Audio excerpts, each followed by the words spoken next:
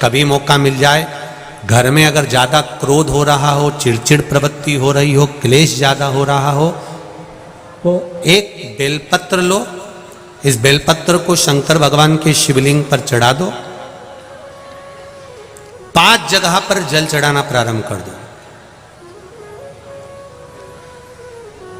जैसे ये शिवलिंग है, ये जलाधारी है, जलाधारी के बीच में अशोक सुंदरी है, राइट में गणेश, लेफ्ट में कार्तिकेय हैं। जहाँ पर शिवलिंग रखा हुआ है वो पार्वती जी का स्थान है। ये शिवलिंग ऊपर से जो बूंद बूंद पानी जलाधारी से टपक रहा है वो शंकर भगवान की 5 लड़कियां हैं, जया, विषहरा, शामरीवारी, दौतली, देव। 5 जगह पर जल चढ़ाना प्रारंभ कर दो। अगर ज्यादा घर में क्लेश हो रहा है, गुस्सा आ रहा है, सब चिड़चिड़ कर रहे हैं, एक बेलपत्री चढ़ाओ, जल भर कर ले गए शिव जी के मंदिर। पहले अशोक सुंदरी पर चढ़ाइए, फिर गणेश जी पर चढ़ाइए, कार्तिकेय पर चढ़ाइए, इसके बाद में जलाधारी पर चढ़ाइए, फिर जल शिव जी पर चढ़ा दो अपने मन का भाव रखकर। 5 मिनट बैठ गए, शिव मंदिर में शंकर भगवान के शिवलिंग का स्पर्श करा, स्पर्श कर कर वही हाथ को लेकर अपने घर पर आ गए। दिल्ली में प्रवेश करते हुए कहीं हाथ लगा भी दिया, क्योंकि ये तो बल है मेरे शिव का, आप अंदर प्रवेश कर जाओ। ज़्यादा से ज़्यादा 8 से 9 मिनट लगता है। घर में कितना भी क्लेश चल रहा होता है, अपने आप 9 मिनट 10 मिनट के अंदर शांत हो जाता है। क्रोध की शांति भी मेरा शिव है।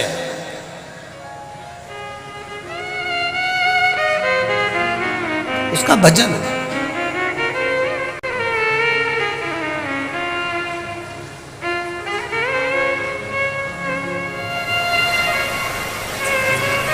हमारे द्वारा बोले गए शब्दों को, चाहे आप बोल रहे हो, चाहे हम बोल रहे हो, चाहे संसार का कोई मनुष्य बोल रहा हो,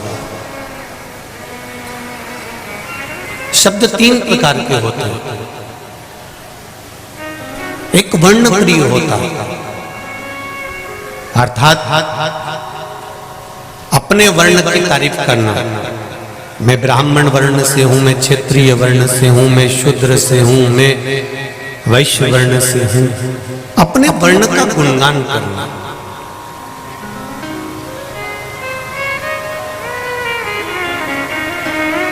अपनी समाज वालों को एकजुट कर लिया, बाकी की समाज का हमने अपमान कर दिया, या हमने अपशब्द कह दिया, या हमने आड़ा टेढ़ा बोल दिया, अपने को श्रेष्ठ दिखाया और दूसरे को नीचा गिराया। ये वर्ण प्रिय शब्द होते हैं। दूसरे नंबर पर होता है कर्ण प्रिय शब्द, अर्थात किसी को खुश करने के लिए, किसी को प्रसन्न करने के लिए, किसी से काम निकालने के लिए, किसी के पास आपको जाना है और किसी से अपना काम निकालना है, तो कर्णप्रिय शब्द संसार का हर व्यक्ति बोलता है कि भैया हमारा यह काम कर देना, तुम तो बहुत अच्छे हो, तुम तो बहुत प्रिय हो, तुम्हारे जैसा तो कोई नहीं होगा। ये कर्णप्रिय शब्द है। और तीसरे नंबर पर आता है धर्म प्रिय शब्द, अर्थात जो शब्द सनातन धर्म के उत्थान के लिए हो, वो शब्द दुनिया का सर्वश्रेष्ठ शब्द माना गया। इसको धर्म प्रिय शब्द कहते हैं। इन शब्दों को फिर धर्म प्रिय कहा गया। एक वर्ण प्रिय है कि हम इस समाज के हैं, हमारा समाज ऊंचा है, बाकी के समाज नीचे हैं, या अन्य वर्ण नीचे हैं। ये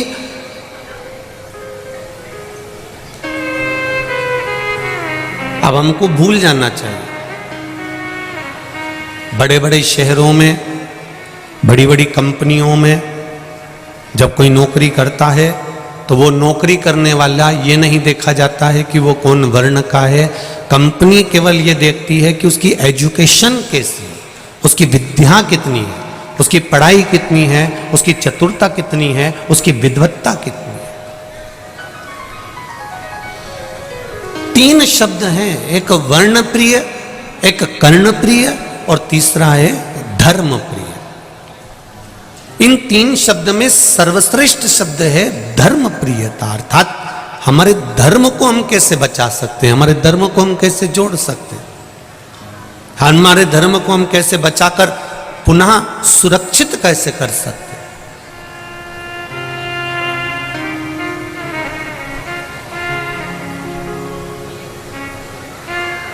चंदन है इस देश की माटी, तपोभूमि हर ग्राम है, हर बाला देवी की प्रतिमा, बच्चा बच्चा राम है।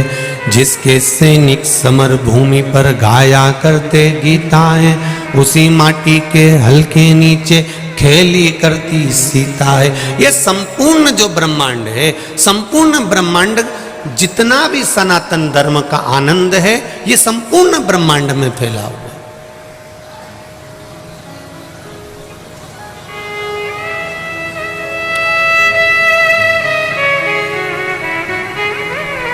हमारे यहाँ तो भगवान कृष्ण की मैया यशोदा मैया भी कहती है, यश ददाती इति यशोदा, जो दूसरे को यश देती है वो यशोदा है।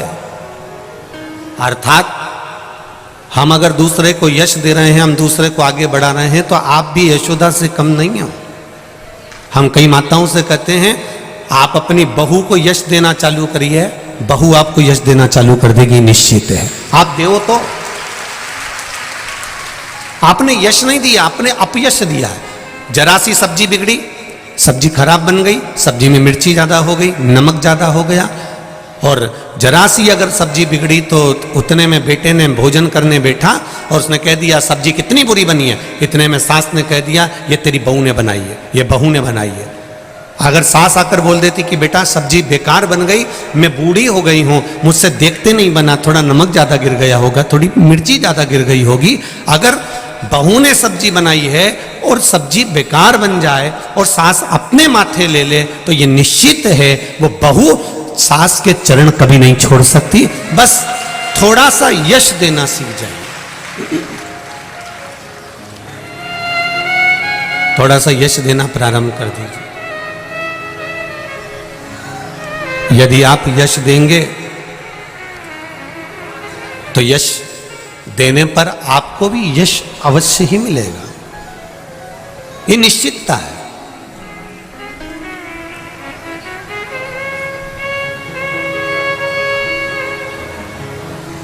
कोई तन दुखी, कोई मन दुखी, कोई धन बिन रहत उदास, और तुलसी या संसार में सुखी राम का दास। इस संसार में कोई भी सुखी नहीं है, कोई ना कोई किसी ना किसी रूप में दुखी है, ये निश्चित है।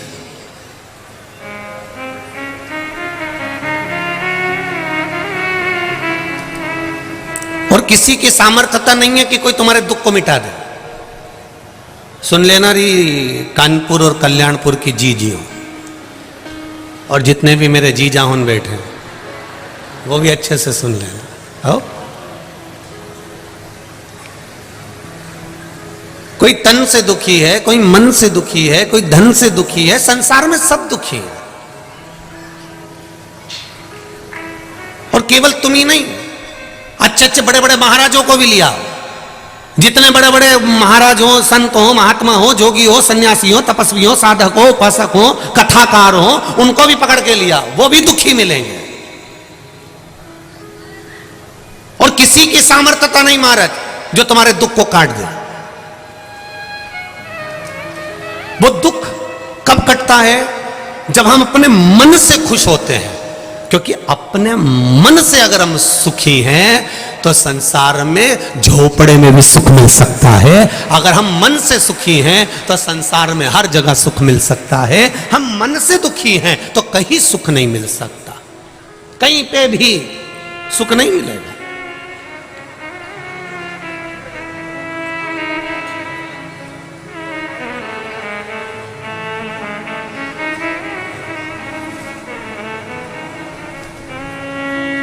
अगर संसार में दुख नहीं होता ना तो कितना कई कई संत अपने आप में कहीं कोई गोली मार लेता है, कोई अपने आप सुसाइड कर लेता है। अब तो इतने बड़े महात्मा बनकर, इतने बड़े जोगी बनकर, सन्यासी बनकर, तपस्वी बनकर, साधक बनकर, कई कई छोटे छोटे बच्चे, कोई नवयुवक बच्चे, कई बुजुर्ग माताएं, कई बूढ़े बूढ़े लोग अपने प्राणों को त्यागने का विचार क्यों? क्योंकि मन से सुखी नहीं है, आत्मा से सुखी नहीं है, इन्हें परमात्मा को पाने का प्रयास नहीं किया।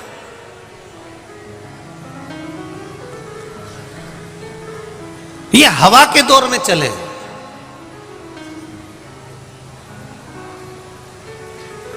हवा का बहुत चक्कर है महाराज। अभी इनकी हवा चल रही है तो सब हवा के चक्कर में उधर चलेगा। अच्छा ईमानदारी से बोलना, हवा में कचरा रुख बदलता है कि पत्थर रुख बदलता है? बोलो री जीजी जरा कानपुर वाले, और जीजा हम भी बोल दो है। हवा में पत्थर रुख बदलता है? पत्थर वहीं पड़ा रहेगा, किसी की भी हवा चले पर कचरा रुख बदल लेगा, पर पत्थर अटल की अटल रहता है, पत्थर नहीं जाता। हवा किसी की भी चले। और जो शंकर के भक्त होते हैं, शिव के उपासक होते हैं, शंकर पर एक लोटा जल चढ़ाने वाले होते हैं, जो शिव मंदिर में जाने वाले होते हैं, जो शंकर भगवान का अनुमोदन करने वाले होते हैं, जो शिव जी पर एक बेलपत्र चढ़ाने वाले होते हैं, जो शंकर भगवान का गुणगान गाने वाले होते हैं, जो शंकर का नित्य स्मरण करने वाले होते हैं, वो पत्थर की तरह होते हैं। किसी की भी हवा चले इन्हें कोई फर्क नहीं पड़ता। ये शिव के भक्त हैं और शिव के चरणों में रहते हैं। ये किसी के हवा के रुख में नहीं जाते।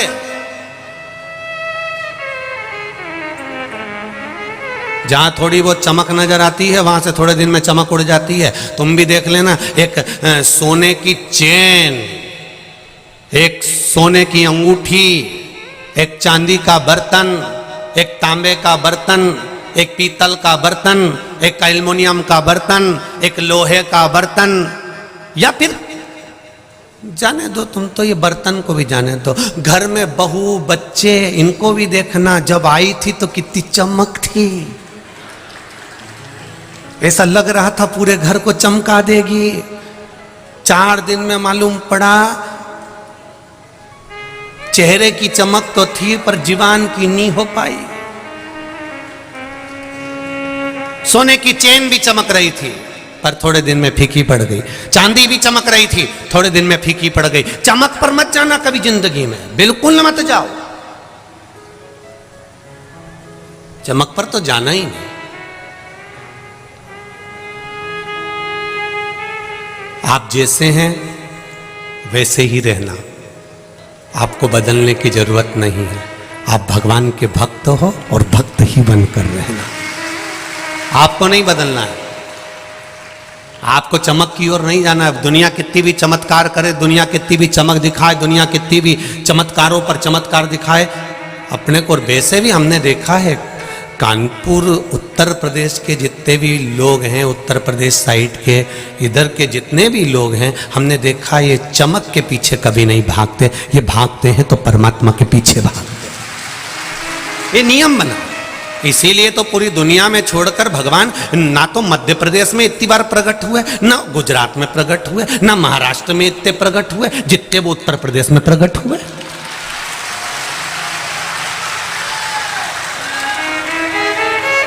ऐसी कौन सी जरूरत पड़ गई जो उनको उत्तर प्रदेश में बार बार प्रकट होना पड़ा? राम जी उत्तर प्रदेश में आ गए, भगवान कृष्ण उत्तर प्रदेश में आ गए, काशी विश्वनाथ उत्तर प्रदेश में आ गए, बचे कुचे थे तो आनंदेश्वर गंगा जी के तट पर आके बैठ गए। हमें तो आश्चर्य होता है, सब यहीं पर आ गए।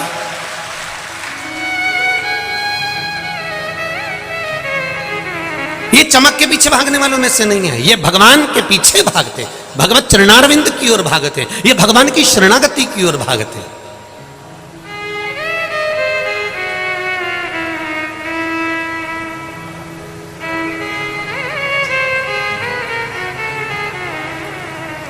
ये फालतू लोगों में उलझते भी नहीं है। इतने विद्वान हैं ये, इनके मुंह में अगर गुटखा और पान भरा हो ना तो ये जब तक पान गुटका 50 रुपए का है, सामने वाले से बात जब करेंगे अगर वो 200 रुपए की बात है तो थूकेंगे, नहीं तो चबाते ही रहेंगे, थूकेंगे भी नहीं, बोलेंगे ही नहीं बीच में, और बोलेंगे भी तो मुंह में भरा रहेगा, ये बोले ही नहीं है। कितना ही इनसे बोल लो साहब काका जी बढ़िया हो आनंद में, नहीं बोलेंगे। 50 रुपए से ऊपर की बात होगी तो बोलेंगे 50 का गुटका है, नहीं बोलूंगा। जब तक तुम्हारी बात 200 के लेवल की नहीं आएगी तब तक नहीं थूकूंगा, नहीं तो यही फंसा रखा और साहब नहीं बोले, वो बात 200 तक पहुंचना चाहिए, जब तक तो नहीं बोलेगा, जब तक खड़ा ही है, सुन रहा है, बैठा है, पर नहीं बोलेगा तो नहीं बोलेगा। और जब बात इनकी चलते चलते 200 के पार कर गई तब फिर क्या बोल रहे थे, अब आया उत्तर प्रदेश, अब आया। यहां व्यर्थ में लोग उलझते भी नहीं है। यहाँ का सबसे बड़ा स्नेह है कि यहाँ लोग भक्ति के पीछे भागते हैं, भजन के पीछे भागते हैं, स्मरण के पीछे भागते हैं। इसलिए मेरे रामकृष्ण इस उत्तर प्रदेश की भूमि पर जन्म लेते हैं, भजन के बल पर भागा गया है।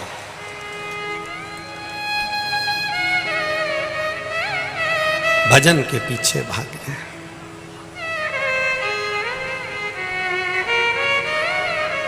महाराज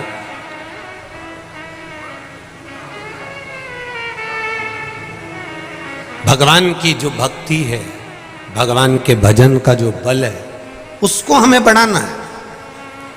आप करो भगवान का भजन, आप करो मंत्र जाप, आप करो नाम जाप, कहीं नहीं जाना हमको भगवान शंकर की शरणागति के सिवाय। शिव जी को एक लोटा जल चढ़ाना है, शंकर भगवान का गुणगान करना है, शंकर भगवान की भक्ति में डूबना है, शिव स्मरण करना है। उसके सिवाय हमारे को कुछ भी नहीं आता। हम तो ज़्यादा कुछ जानते भी नहीं हैं, साधारण सी चीज़ है, हम तो बस केवल भगवान का भजन करना जानते हैं, इसके सिवाय कुछ भी नहीं हमारे को नहीं आता। मैंने तेरे ही भरोसे हो बाबा, तेरे ही भरोसे हवा बिच उड़ती जावांगी, बाबा डोर हथो छठी नामे कटी जावांगी। भोले मैं तेरी बतन, शंभू मैं तेरी बतन। भगवान की अविरल भक्ति की ओर चलो।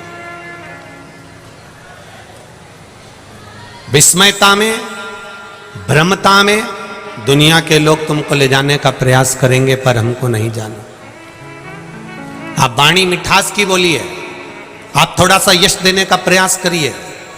भगवान को चमक प्रिय नहीं है, भगवान कभी चमकता में नहीं जाना चाहता। भगवान कहता है कि मैं तो तुम्हारे हृदय में रहना चाहता हूं, दिल में।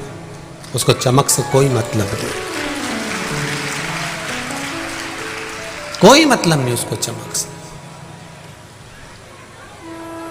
अगर मेरा भोलेनाथ, मेरा भगवान चमक देखता तो चमड़े का जूता बनाने वाले थे रविदास जी।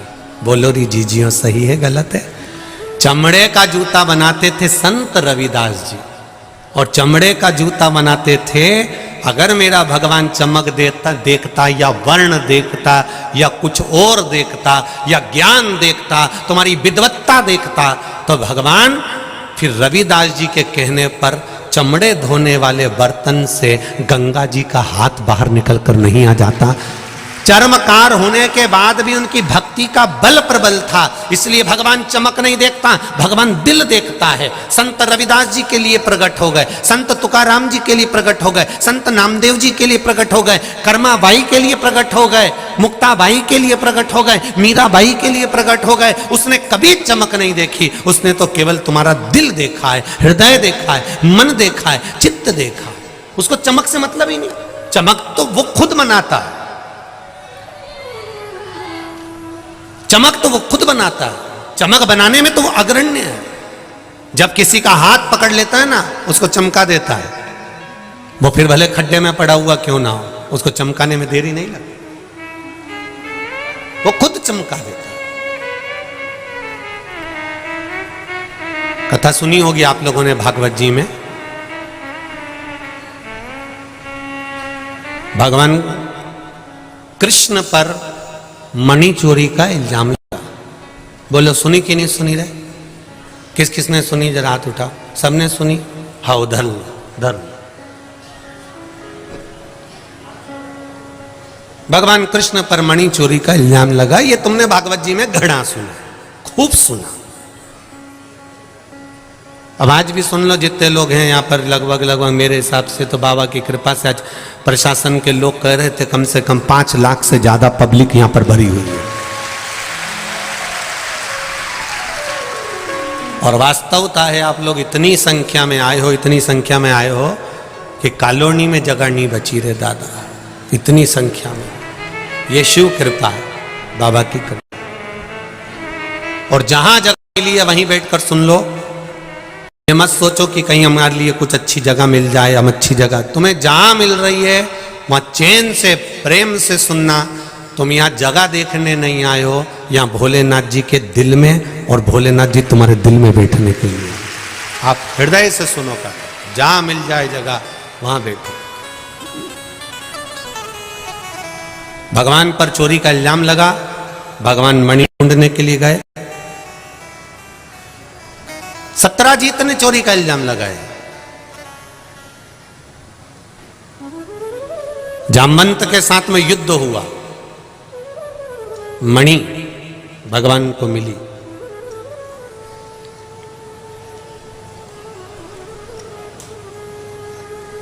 मणि भगवान को मिली। ऐसा नहीं है कि मणि नहीं मिली। जामवंत ने हाथ जोड़कर कहा, प्रभु मैं मणि तो दे दूंगा, पर मेरा एक निवेदन है, मेरी बेटी जामवंती से आप विवाह कर लो। भगवान ने पूछा, तुम्हारी बेटी जामवंती कैसी लगती है? तो कहा, जैसा बाप है वैसी बेटी है। अब बाप कौन था? जामवंत, रीछ, भालू। अब भालू की बेटी रीछ की बेटी, बोलो तो। अब रीछ की बेटी कोई हीरोइन तो होगी नहीं। अब रीछ की बेटी भी रीछड़ी ही होगी। अपने यहां तो सीधे कहते हैं बकरा बकरी की छोरी बकरी, ऊंट की ऊंटनी। अपन बोले कि नहीं बोले? साधारण साधारण भाषा में अपन लोग कह देते। अब रीछ की बेटी, जामवंत की बेटी, जामवंती। भगवान ने कहा तुम्हारी बेटी कैसी है? तो जामवंत ने कहा मेरे जैसी लगती है। तुम्हारे जैसा लंबा मुंह? हाँ। भालू जैसा मुंह? हाँ। तुम्हारे जैसे चेहरे पर बाल? हाँ। तुम्हारे जैसे बड़े बड़े नख? हाँ। पूरे शरीर पर बाल? हाँ। ऐसी कैसी है? मेरे को देख लो, मेरी बेटी को देख लो। अब राम अवतार में तुमने भले कृष्ण अवतार में जामवंत को नहीं देखा हो, पर राम अवतार में तो जामवंत को देखा होगा। जामवंत को देख लो और जामवंत की बेटी को देख लो, एक जैसे लगते थे। भगवान कृष्ण ने मन में सोचा, बताओ लड़की से विवाह कर रहा है, कम से कम देख तो लेता कि दूल्हा कितना सुंदर है। और दुल्हन ऐसी दे रहा है, रीछ की छोरी रीछड़ी। ये जामवंत अपनी बेटी से विवाह कर रहा है। प्रभु कुछ भी करो पर मेरी बेटी को। तुमने राम अवतार में मैंने कहा था आपसे कि मेरी बेटी से आप विवाह कर लीजिए। आपने कहा था एक पत्नी व्रत का पालन कर रहा हूं मैं, दूसरा विवाह नहीं कर सकता। आपने कहा था अगला अवतार होगा तब मैं तुम्हारी बेटी से विवाह करूंगा, इसलिए विवाह तो करना पड़ेगा। भगवान कृष्ण ने मन में सोचा, राम अवतार में वचन दे दिया था, हमने देखा नहीं था। अगर हम देख लेते तो उसी अवतार में हम मना कर जाते कि हम विवाह नहीं करेंगे। विवाह तो करना पड़ेगा। बुलाओ जामवंती को। द्वारकाधीश ने बुलवाया जामवंती को। जामवंती सामने खड़ी थी, बिल्कुल रीछ जैसा मुंह, लंबे लंबे बाल, नख, शरीर पे बाल ही बाल। जामवंती हाथ जोड़कर कहती है, मुझसे विवाह कर लो। भगवान कहते हैं मैं तुमसे विवाह तो कर लूंगा, पर शर्त एक है। क्या? जब तक मैं नहीं बोलूंगा तब तक तुम किसी को मुंह नहीं दिखाओगी। तुम अपना शरीर का एक नख भी नहीं दिखना चाहिए तुम्हारे शरीर का। जो आज्ञा प्रभु, बस शादी कर लो। भगवान ने जामवंती से विवाह कर लिया, उसको लेकर द्वारका जी चले गए। द्वारका जी में गए तो रुक्मणी को सूचना मिली कि भगवान आए हैं और किसी से शादी कर कर आए हैं। रुक्मणी के हृदय में आग लग गई, मेरे स्वामी और दूसरी को लिया है। रुक्मणी जी आई, भगवान की आरती उतारी, आरती उतार कर भगवान से पूछा ये कौन है? भगवान के मेरी अर्धांगिनी, मेरी पत्नी। रुक्मणी जी बोली मैं थी तो सदी। भगवान बोले गिफ्ट में मिली है। तो गिफ्ट में मिलेगा तो कुछ भी उठा लाओगे। भगवान बोले लड़के वालों से पूछो, जब बारात में 5,000 रुपए की भंगार जैसी अलमारी मिलती है, 10,000 रुपए की गाड़ी करके लेके आना पड़ता है। ये भी तो लेकर आते हैं। जो अलमारी किसी काम की नहीं, घर ले जाते 25 जगह से तुझ गई, उसका कांच तक फूट गया तो 10,000 रुपए की गाड़ी करके घर ले गया। तो हम इसको कैसे छोड़ आते? तो इतना घूंघट क्यों करके रखा है? भगवान बोले वो बहुत सुंदर है। पांव का नख तक नहीं दिख रहा था, इतनी पूरे शरीर को ढक के। मेरे हिसाब से सबसे पहला लॉन्ग लहंगा जामवंती ने पहना था। तो सबसे लंबा लहंगा होता है ना, लॉन्ग लहंगा, वो जामवंती ने पहना था। बहुत पांव का नख तक नहीं दिखे, शरीर पूरा ढका हुआ। रुक्मणी जी ने पूछा ये इतना घूंघट क्यों रही है? भगवान बोले बहुत सुंदर है, मुझसे ज्यादा सुंदर है। भगवान बोले तू तो कुछ नहीं लगे उसके आगे, इतनी सुंदर है वो। रुक्मणी जी ने थाली नीचे रखी, पल्लू को उठाकर देखने लगी। जामवंती ने पल्लू पकड़ कर रखा था, क्योंकि द्वारिकाधीश ने कहा था चेहरा मत दिखाना। पकड़ कर रखा है। रुक्मणी जी खो रही है, मुझे मुंह को दिखने दे। जामवंती ने मुंह हिला दिया। भगवान ने कहा था बात भी मत करना, बस मुंह हिलाया। अरे मुंह तो दिखा, मुख तो दिखा। रुक्मणी को आ गया गुस्सा, इतना अहंकार सुंदरता पे। हाथ में जल लिया रुक्मणी जी ने, श्राप दे दिया। ए जामवंती, मैं तुझे श्राप देती हूं कि जितनी सुंदर मैं हूं बस उतनी सुंदर रह जा।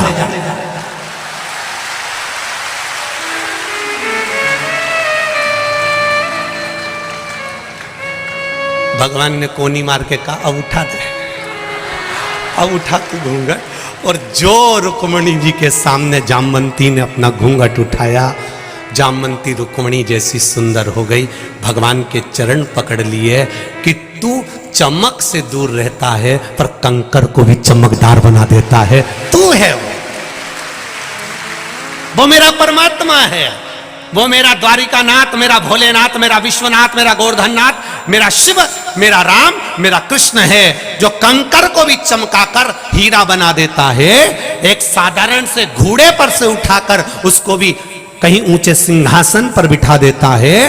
और ये तो मेरा शंकर है, जो चमक से मतलब नहीं रखता, वो केवल तुम्हारे हृदय से मतलब रखता है। आप दिल से एक बार भगवान के हो जाओ, वो तुम्हें कब चमका देगा, किस तरह से चमकाएगा, वो ही जान सकता है, उसके सिवा कोई नहीं।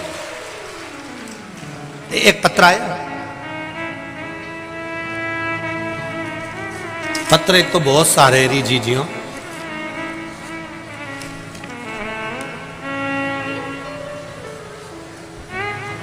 अल्पना पांडे, मोबाइल नंबर लिखा है आपने अल्पना जी।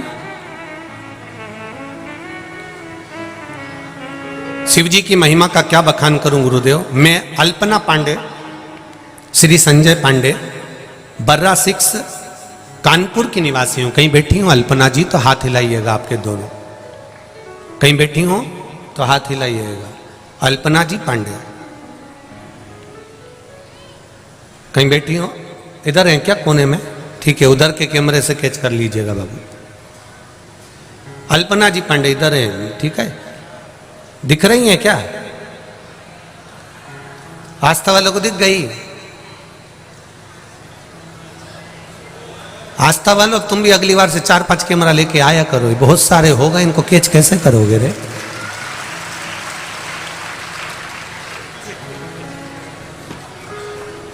अल्पना जी पांडे में अल्पना पांडे, श्री संजय पांडे, बर्रा 6 कानपुर के निवासी हूँ। शिव जी की कृपा का क्या बखान करूँ गुरुदेव, मैं क्या वर्णन करूँ।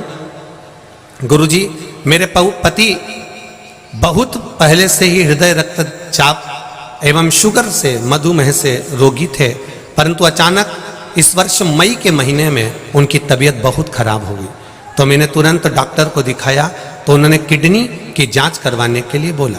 जांच करवाने पर रिपोर्ट में किडनी में एक किडनी 100% तक खराब हो गई और दूसरी किडनी 70% खराब हो गई।